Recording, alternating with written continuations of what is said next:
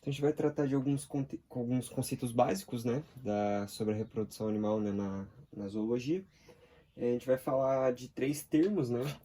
No caso, a gente vai ter as gônadas. O que são as gônadas? Gônadas, né? São órgãos especializados na produção de gametas, né? A gente vai falar mais sobre os gametas no próximo resumo.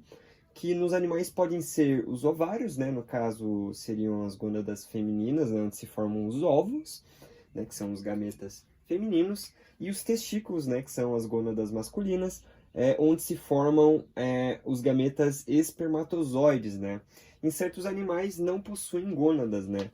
Mas apresentam os gametas de qualquer maneira, né? Com os poríferos, os espongiários e os vermipoliquetas, né? A gente chama, né, os vermes poliquetas de minhocas marinhas, né? Nesse caso, eles têm algumas células especiais, né, que se transformam avulsamente em gametas, né, suprindo essa ausência de gônadas. A gente vai ter, no caso, em relação às gônadas, os seres monóicos e os dioicos, né? Os monóicos a gente pode chamar de bissexuados ou hermafroditas, né?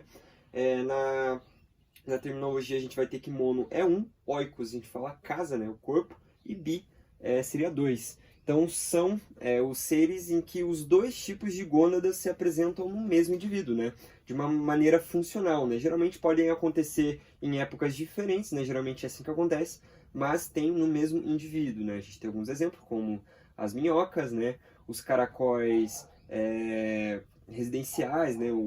Sendo mais específico, os caracóis de jardim, né?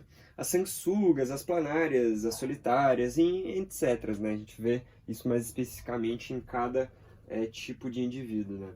E os dioicos, ou chamados unissexuados, né, na terminologia di é 2, oikos casa e uni 1.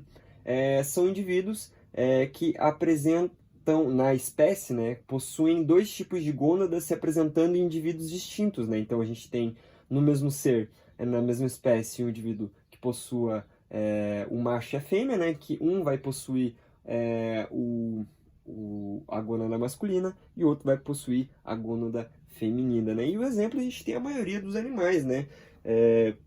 No caso, podem ser os vertebrados, os insetos aracnídeos, os crustáceos, equinodermos, e entre outros.